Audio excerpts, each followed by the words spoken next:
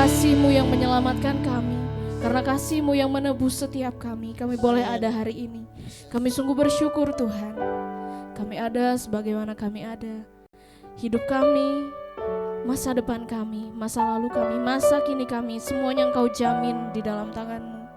Pada hari ini Tuhan, kami semua umat-Mu, anak-anak kesayangan-Mu, ada di tempat ini untuk bersama-sama mendengarkan apa yang menjadi isi hati-Mu. Berkati setiap tanah hati kami Tuhan, buatlah menjadi tanah yang subur supaya setiap kebenaran firman-Mu tidak hilang begitu saja, tapi dapat tumbuh dan menjadi berkat bagi semua orang yang ada di sekeliling kami. Biarlah kemuliaan-Mu saja yang dinyatakan Tuhan di tempat ini.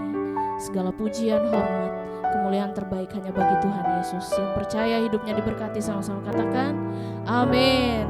Jemaat Tuhan dipersilakan duduk kembali. Shalom.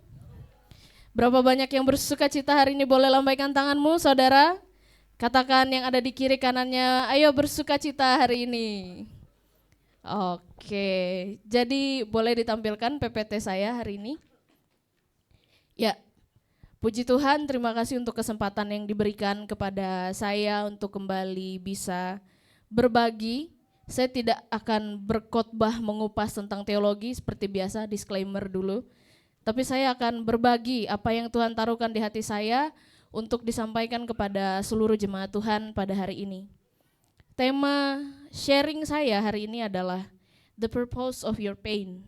Artinya rasa sakit yang tidak sia-sia. Siapa di sini yang sekarang pada saat datang ke tempat ini sedang merasakan rasa sakit? Fisik, mental?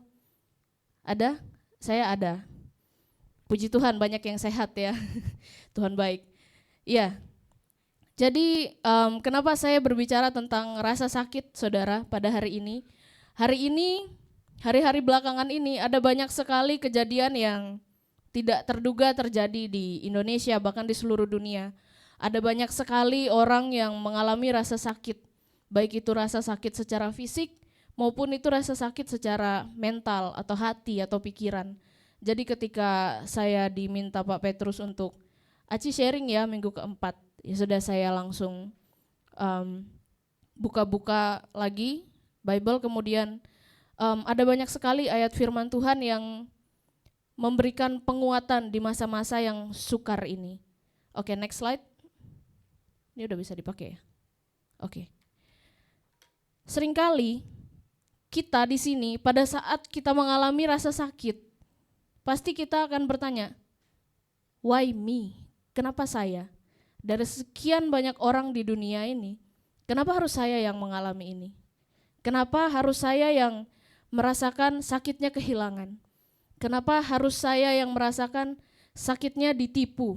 Kenapa harus saya yang merasakan sakitnya tidak dianggap? Kenapa harus saya yang merasakan sakitnya tidak punya uang? Kebanyakan kita selalu bertanya-tanya dalam kepala kita, why me? Kalau bahasa Jakartanya itu kenapa gua, anjay. Wah itu nanti di-cut ya, aduh. Oke, dalam hati kita selalu bertanya-tanya, kenapa aku harus mengalami hal ini? Tapi tanpa kita sadari saudara, rasa sakit itu seringkali membuat kita merasa sendiri. Ketika kita sakit nih, gak usah sakit yang berat-berat. Misalnya anak rantau, angkat tangan yang anak rantau. Wah banyak ya anak rantau hari ini datang. Ketika seorang anak rantau dia tinggal sendirian di kota Jakarta yang sangat besar ini, ketika dia sakit COVID lah katakan, ini kejadiannya beberapa tahun yang lalu ya, pasti nih anak rantau yang, apalagi kalau udah rantau, jomblo, ngekos sendirian, kosnya kebanjiran, COVID lagi gitu kan, pasti dia akan merasa, kok aku sendiri, lemah, bahkan kita ragu, Tuhan sayang gak sih sama saya? Udah saya ngerantau, saya sakit, gak bisa merasakan makanan, terus gak ada yang peduli sama saya, Tuhan sayang gak sih sama saya? Seringkali kita bertanya seperti itu, tetapi itu tidak berlaku di kehidupan orang yang percaya. Orang percaya adalah orang yang memiliki iman. Iman tidak mengajarkan bahwa hidup bersama Tuhan itu bebas dari penderitaan. Kalau kita buka kembali firman Tuhan, Bible, kita pasti melihat semua orang yang ikut Tuhan Yesus, Apakah ada yang hidupnya langsung baik-baik saja sampai dia meninggal, dia jadi orang kaya, punya aset 271 triliun, dia punya emas banyak ketika dia ikut Yesus? No, saudara. Kita lihat kehidupan murid-murid Yesus ketika mereka sebelum dan sesudah bersama Yesus. Memang mereka ketika bersama Yesus bisa dikatakan makannya cukup karena Yesus bisa membuat 5 roti dan 2 ikan menjadi 12 bakul sisanya, mengubah air menjadi anggur.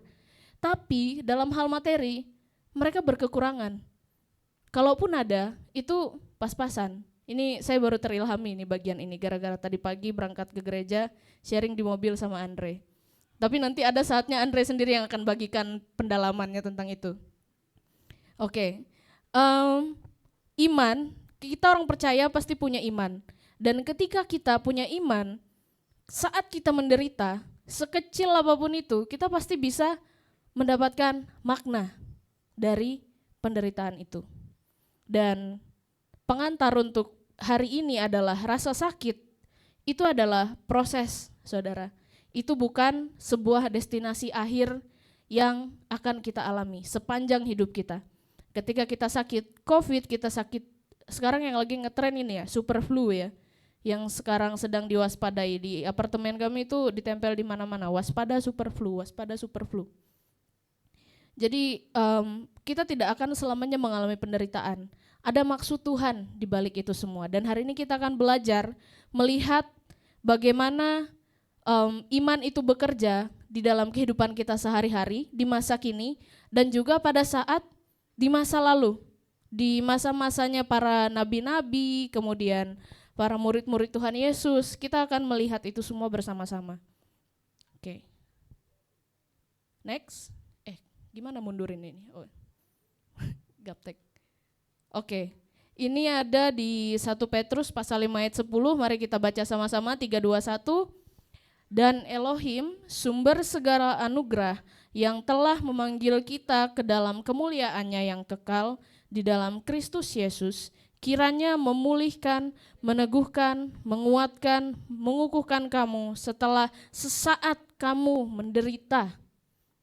Ketika saya buka firman, saudara, ayat ini muncul. Jadi kalau yang pakai Android atau iOS itu pasti punya, kalau saya buat verse of the days. Ada aplikasi Alkitab, dia menyediakan ayat hari ini.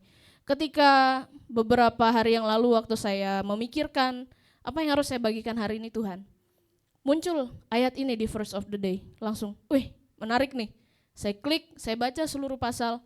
Ternyata ada 3 hal ini yang saya tangkap dari dalam sepanjang pasal 5 ini. Jadi intinya, jika Tuhan mengizinkan luka, itu karena ia melihat hasil akhirnya. Dalam cerita-cerita di Bible, Tuhan izinkan kemalangan atau luka atau duka itu terjadi kepada setiap orang-orang yang sudah dia pilih. Tapi jika kita baca sampai selesai, pasti ada sesuatu yang indah di belakangnya. Ada beberapa tokoh yang saya coba masukkan di sharing hari ini, nanti kita akan lihat di beberapa slide ke belakang. Tuhan tidak akan memberikan kita ujian. Tuhan tidak akan memberikan kita, kalau bahasa orang itu pencobaan. Tapi saya lebih suka menyebutnya dengan ujian. Karena ujian itu selalu ada hasil dan selalu ada kunci jawaban. Itu ketika kita hidup dalam Tuhan, percayalah yang kita alami itu bukan pencobaan tapi ujian, saudara. Karena selalu ada hasil. Kalau pencobaan, hasilnya ya who knows. Kemudian poin kedua, rasa sakit itu tidak selalu berarti Tuhan tuh sedang menghukum kita. Seringkali ia itu memberikan ujian itu supaya membentuk kita. Ada lagu kan? Semua ini untuk membentukku supaya ku hidup sesuai kehendak-Mu. Jadi semua rasa sakit itu gak ada yang sia-sia. Kalau kita pernah mengalami rasa sendiri, kalau kita pernah mengalami kita merasa lemah dan titik di mana kita merasa Tuhan tuh gak ada dalam hidup kita, itu Tuhan izinkan terjadi supaya kita terbentuk menjadi pribadi yang sesuai dengan kehendak-Nya. Dan poin ketiganya, Elohim tidak pernah sekalipun menyiakan air mata anak-anaknya, air mata kita semua. Pada saat kita menangis, menghadapi berbagai macam keadaan yang sangat sulit sekali di dunia ini, baik itu sekarang maupun di masa lalu, God counts every tears. Setiap air mata, setiap kekecewaan, setiap rasa sakit, setiap kesendirian yang kita alami, Tuhan tidak akan mengabaikan itu. Karena Tuhan kita adalah Tuhan yang baik. Dia menghitung semuanya dan Dia akan memberikan reward terbaik untuk kita pada saatnya. Oke, next. Pada umumnya saudara, kita tuh benci rasa sakit. Kayak waktu kita COVID atau kita nggak punya uang, kita pasti benci sakitnya gitu, lihat orang bisa makan all you can eat, tapi kita di rumah cuma makan telur ceplok gitu kan. Kadang ada yang cuma makan pakai garam, dikasih cabe sama nasi, kasih air hangat gitu. Lihat orang lain di story bisa all you can eat, makan lobster, king crab, Alaska gitu. Jadi kita benci rasa sakit pada umumnya. Tapi sebenarnya manusia, kita diciptakan Tuhan itu dengan pemikiran. Manusia itu tidak benci sama sekali dengan rasa sakit. Tapi dia benci sebuah rasa sakit yang datang tanpa makna. Contoh di sini saya membuat beberapa perumpamaan ya. Jadi contoh misalnya orang nge-gym, pasti banyak yang nge-gym ya di sini, kecuali saya. Jadi orang-orang yang nge-gym itu dia pasti nggak langsung, aku pergi ke gym gitu, aku angkat beban gitu. Dia nggak langsung nge-gym itu tanpa beban gitu. Dia berangkat ke sana pasti, bisa nggak ya, sanggup nggak ya, kuat nggak ya aku menyelesaikan program ini, bisa nggak ya badanku terbentuk. Pasti ada tekanan, pasti ada rasa sakit. Misalnya ketika dia angkat beban gitu, terus ada yang jatuh atau apa gitu. Terus pas dia, nggak tahu lagi saya nama alatnya, waktu mereka stretching itu siapa tahu pulang-pulang gym badannya keseleo gitu. Dulu saya pernah tinggal sama sepupu saya, dia pernah nge-gym di gym apartemen. Berangkatnya dia senyum gitu, tapi pas pulang malam, pijitin badanku sakit gitu. Jadi minta dipijit gitu karena sakit badannya habis nge-gym, tapi dia tetap lakukan itu karena dia tahu tujuannya adalah supaya sehat, supaya lemak-lemak nakal itu terhempas gitu. Nah, kemudian ada ibu yang melahirkan. Di sini juga pasti banyak ibu-ibu yang sudah pernah melahirkan. Saya pernah tanya sama mama saya, struggle-nya dia ketika melahirkan kami 3 orang anaknya. Dan dia bilang, lahiran yang paling sakit itu adalah waktu melahirkan saya. Waktu melahirkan kakak saya, mama saya kayak cuma santai aja gitu, padahal itu anak pertama. Karena waktu itu kakak saya lahirnya prematur dan ukurannya kecil, jadi nggak terlalu sakit. Lalu waktu adik saya itu benar-benar tidak diprediksi, tiba-tiba di hari itu lahir gitu, karena kami kan tinggalnya di kampung.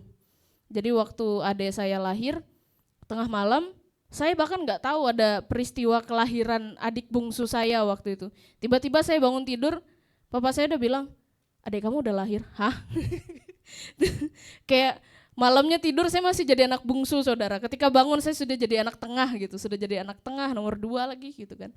Jadi tapi waktu melahirkan saya, mama saya kehilangan banyak sekali darah. Dia kehilangan banyak sekali darah, kemudian I'm sorry to say, dia hampir tidak terselamatkan waktu melahirkan saya. Karena saya waktu itu dilahirkan tidak di kota Palangkaraya, saya dilahirkan di kabupaten, bahkan di kecamatan lagi, karena mama saya seorang guru. Jadi dia kehilangan banyak darah dan waktu itu tengah malam, jam 2 subuh, nggak ada puskesmas yang buka di desa. Bukan kayak di Jakarta, mau jam berapapun lahiran ya tinggal telepon ambulans datang gitu. Itu mama saya dibawa pakai tandu ke rumah sakit tahun 1994 itu. Dibawa pakai tandu untuk melahirkan saya. Sebenarnya orang yang memilih untuk bisa hamil, orang yang bisa untuk memilih melahirkan, itu adalah orang-orang yang hebat menurut saya. Mereka tahu hamil itu enggak mudah. Melahirkan itu tidak mudah, bahkan taruhannya itu nyawa. Tapi mereka mau bertahan melewati setiap rasa sakit itu karena mereka tahu setelah mereka berhasil melewati hamil dan melahirkan, ada kehidupan baru yang datang. Pernah juga saya menemani ponakan saya, istrinya Dena, melahirkan waktu itu. Waktu itu Dena lagi pulang ya, terus kami cuma berdua gitu. Saya seumur hidup dari lahir, dari umur 1 tahun, saya selalu bareng-bareng dia. Dan saya nggak pernah melihat dia sekesakitan itu. Karena dia setelah melahirkan kan, dia mau bangun aja susah, mau ngunyah aja susah, mau gerakin badan sedikit aja susah. Tiba-tiba waktu itu, dia bingung gitu, lihat saya tiba-tiba nangis di pojokan. Kenapa? Nggak tega gitu, saya dalam hati saya bilang nggak tega, karena saya lihat, aduh sakit banget gitu, kayak Cici tolong Ci, kayak aduh, kayak dia bergerak sedikit aja badannya gini, udah sakit gitu. Tapi ketika sekalipun sakit, dia masih bisa tersenyum saudara, ketika datang bidan masuk ke dalam ruangan bawa bayinya. Dia senyum, sekalipun senyumnya sambil meringis kesakitan gitu, kayak gitu pokoknya. Itu salah satu pengalaman yang luar biasa gitu yang pernah saya alami. Dan begitulah manusia, semager-magernya manusia, sesakit-sakitnya manusia, dia akan bisa bertahan kalau itu ada makna dan ada alasannya.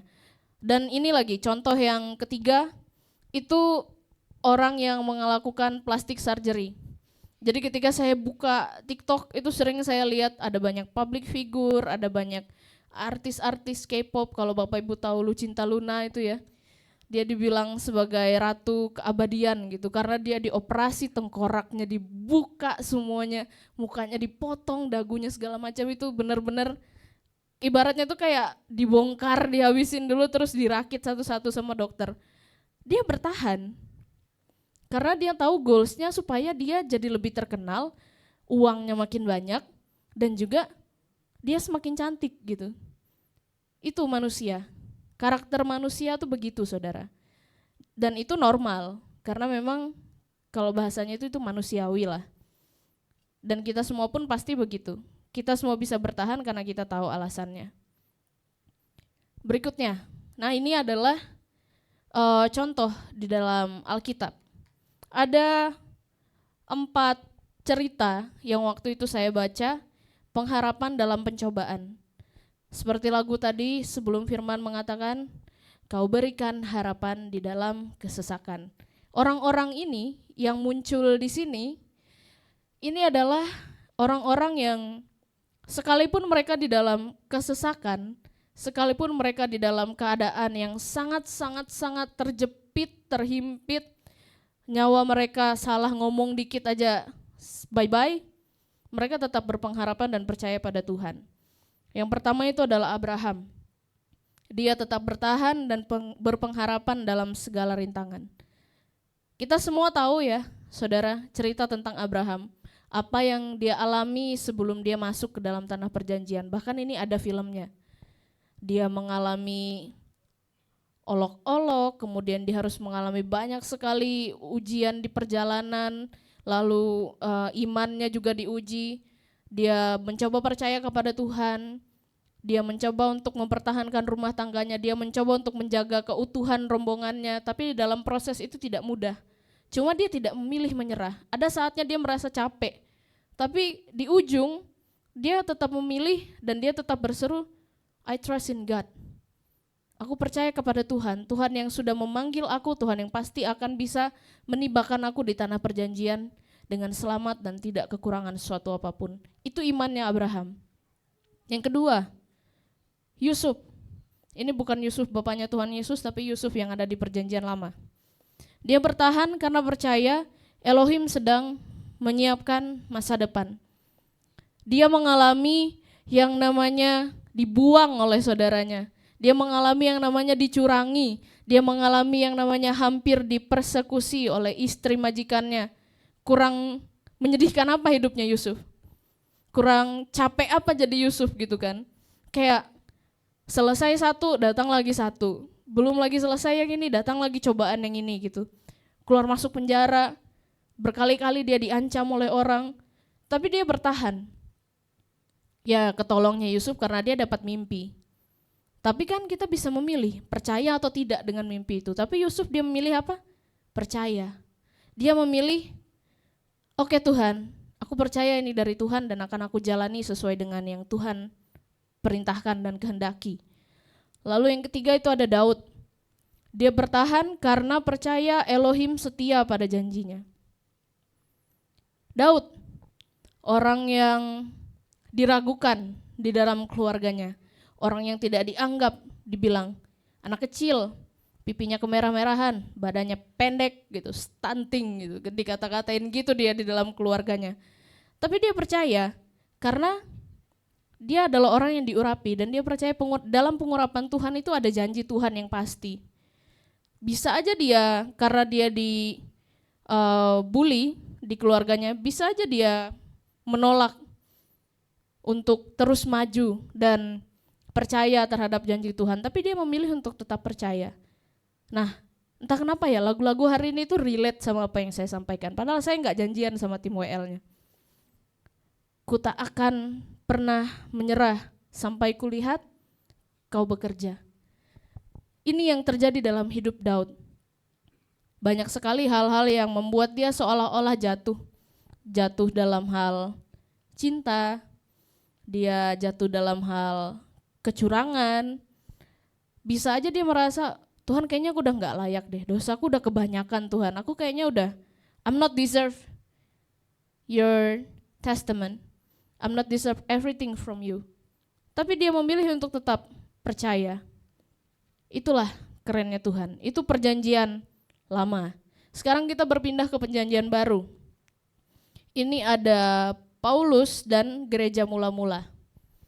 Kalau kita baca kisah para rasul, kita pasti tahu apa yang terjadi. Bahkan kalau kita baca semua kitab-kitab Injil itu, kita pasti bisa melihat betapa tidak mudahnya untuk gereja mula-mula itu bisa beribadah, menyembah Tuhan. Mereka juga mengalami banyak sekali persekusi, saudara. Mereka mau beribadah, mereka harus ke bawah tanah, mereka harus menyebarkan Injil diam-diam lewat selipan surat-surat gitu.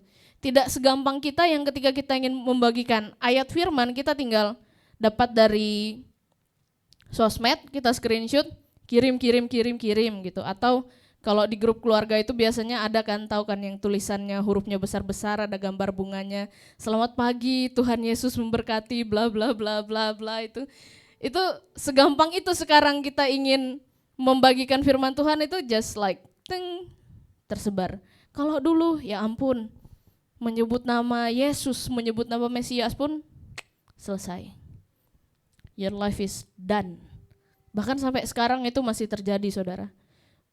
Orang-orang Kristen di luar sana, mereka masih mengalami banyak kesulitan. Kalau kita di Jakarta, kita masih bisa berangkat ke gereja ya santai, naik mobil, naik motor, naik ojol, naik Transjakarta dengan santai. Kalau orang-orang di sana, mereka mengalami banyak sekali struggle untuk bisa menyembah Tuhan. Paulus ketika dia berbalik dari kehidupannya yang lama, dia adalah seorang yang menolak Yesus pada awalnya, dia adalah pembunuh orang-orang percaya. Tapi pada saat dia mengalami Tuhan, dia berbalik dari yang meragukan menjadi percaya. Dia nggak yakin orang-orang, karena dia lihat sendiri, bahkan dia pelakunya ketika ikut Tuhan menderita. Dari mana dia tahu? Ya dia pelakunya gitu. Dia yang ngebunuh orang-orang, dia yang merobek Injil pada waktu itu. Tapi ketika dia mengalami perjumpaan dengan Tuhan, everything's changing. Yang awalnya dia ragu, dia jadi percaya.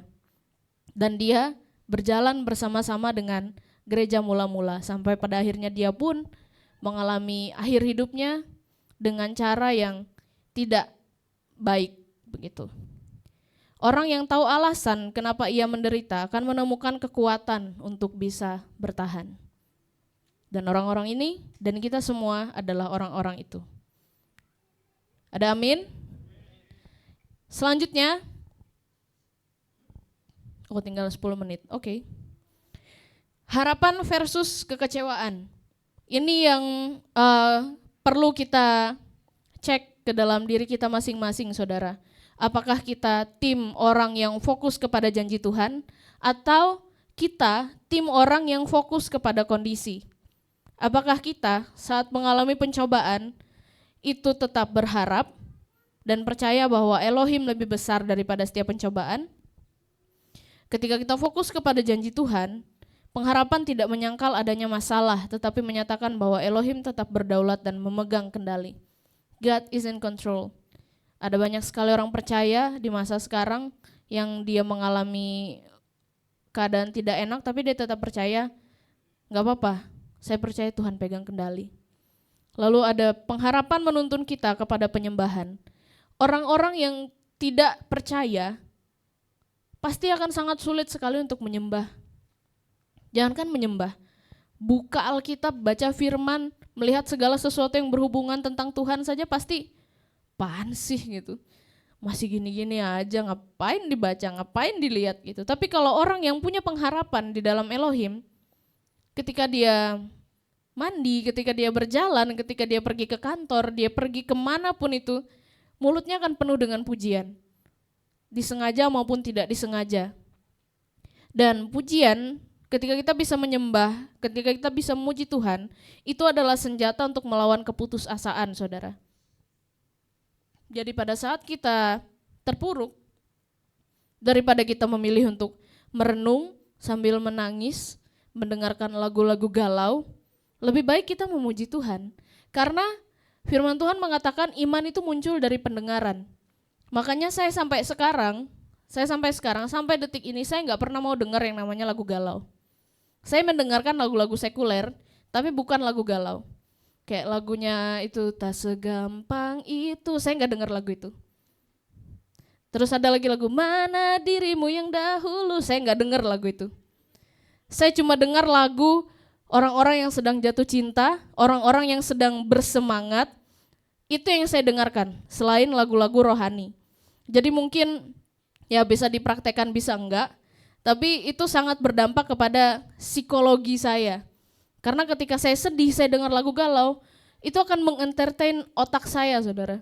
Saya akan semakin galau, saya akan semakin menangis, bukan menangis bersyukur, tapi menangis mengasihani diri.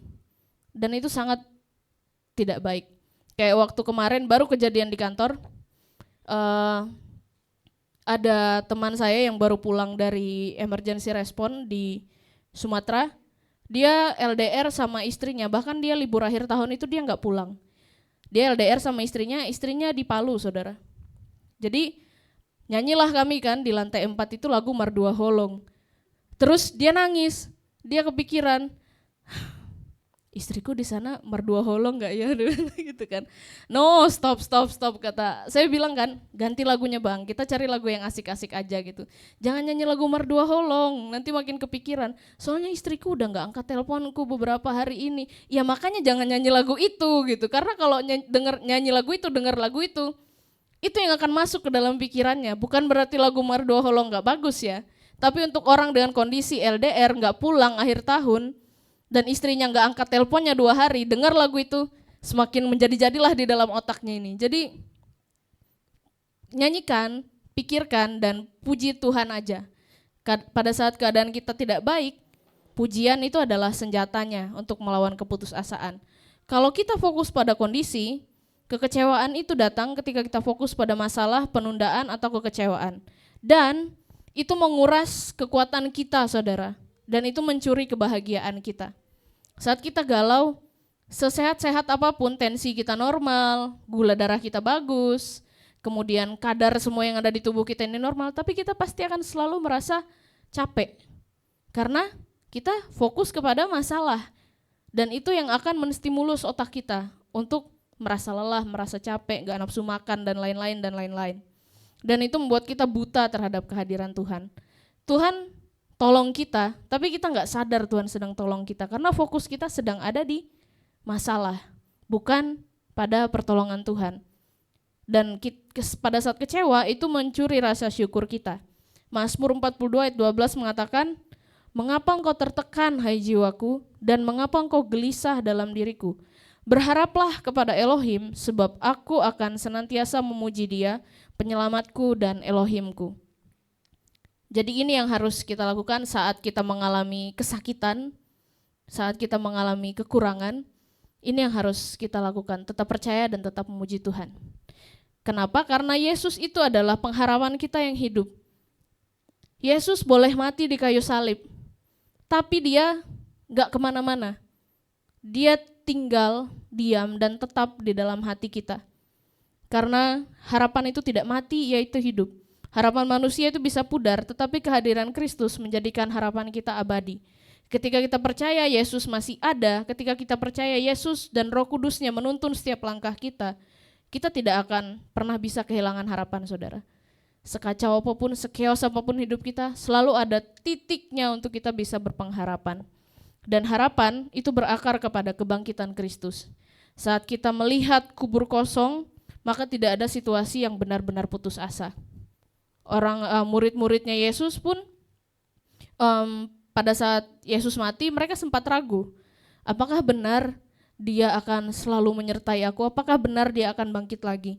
Mereka datang ke kubur itu bukan dengan harapan, tapi mereka datang dengan hati yang putus asa.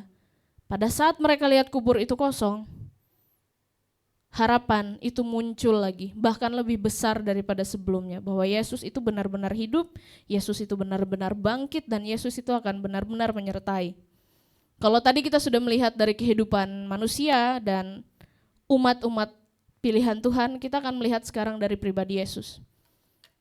Bukan hanya manusia yang ketika dia merasakan rasa sakit, dia akan bertahan karena ada tujuannya.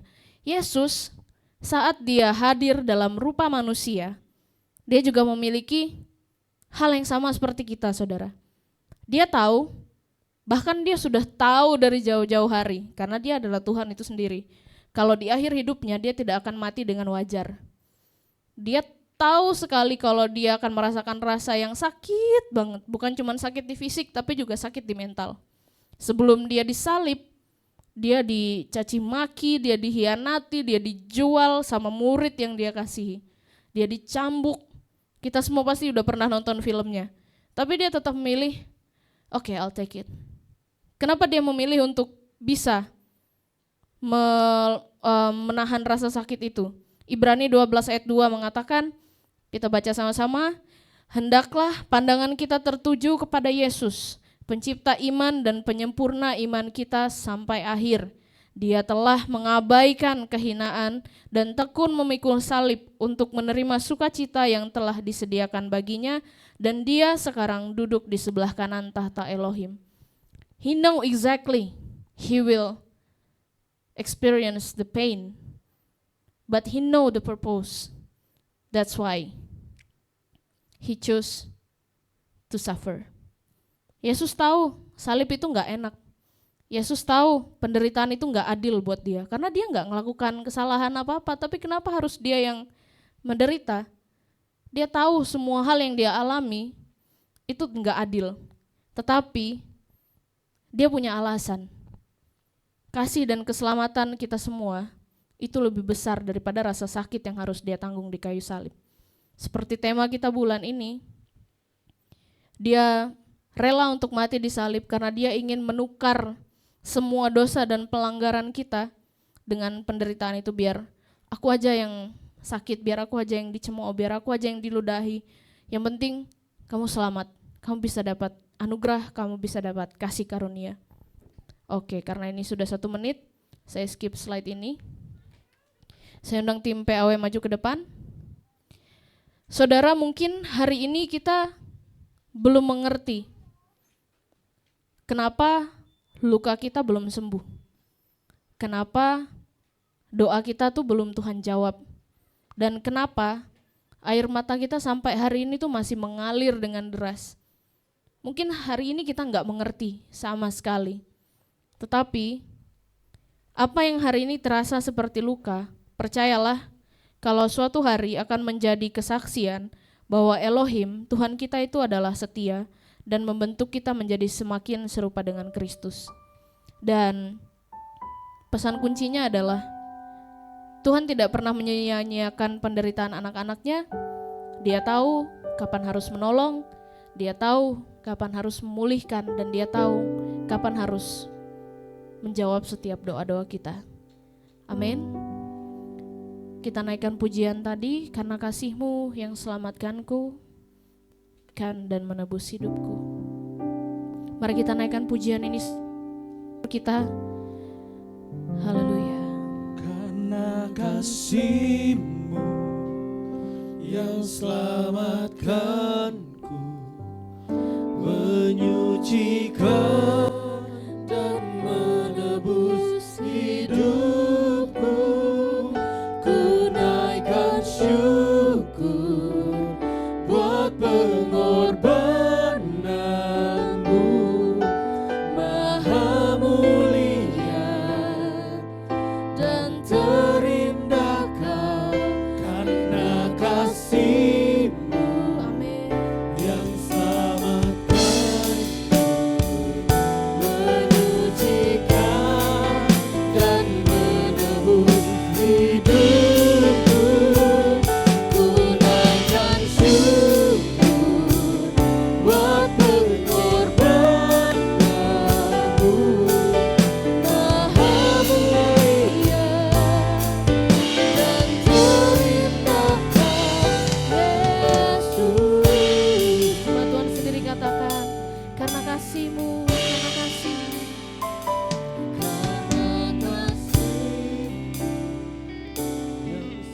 Sungguh karena kasih-Mu Tuhan yang sudah menyelamatkan kami.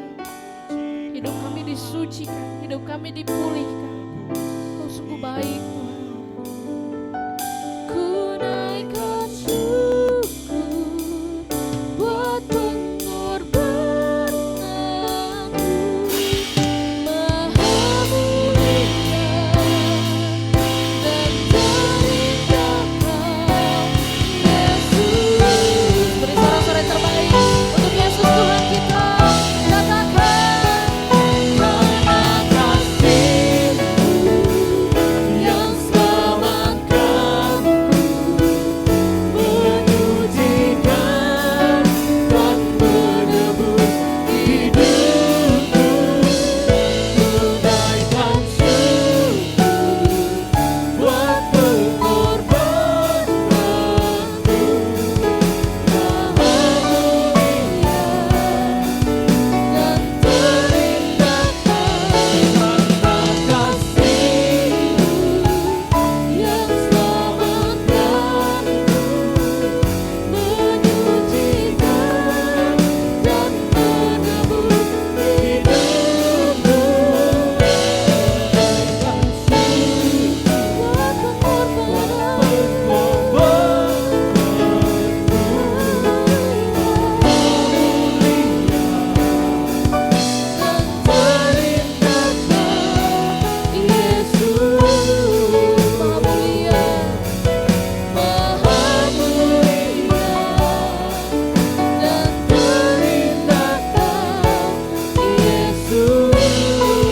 Kau maha mulia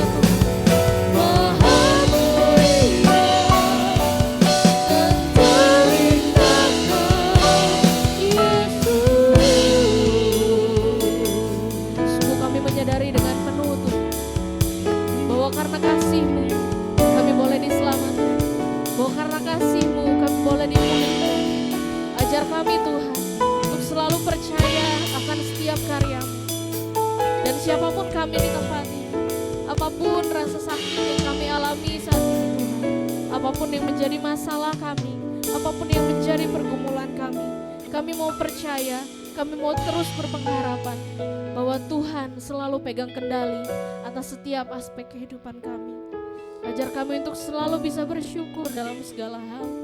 Ajar kami untuk terus bisa melihat, sekalipun kami belum mendapatkan. Ajar kami untuk selalu bisa melihat rencana Tuhan adalah rencana yang terbaik dalam setiap kehidupan kami. Hamba-Mu selesai berbicara Tuhan, tapi hamba-Mu percaya setiap firman yang didengarkan hari ini, itu dapat diterima dengan baik, itu dapat bertumbuh dan berakar dalam kehidupan kami, sehingga kami bisa terus bertahan. Sekalipun kondisi kami tidak baik-baik saja, sekalipun gunung kami belum berpindah, tapi kami akan terus percaya bahwa Tuhan kami punya kuasa. Terima kasih Tuhan, terima kasih Yesus, terima kasih Roh Kudus. Segala pujian, hormat, kemuliaan yang terbaik hanya bagi kemuliaan nama-Mu. Di dalam nama Tuhan Yesus, haleluya, haleluya, amin. Tuhan Yesus memberkati.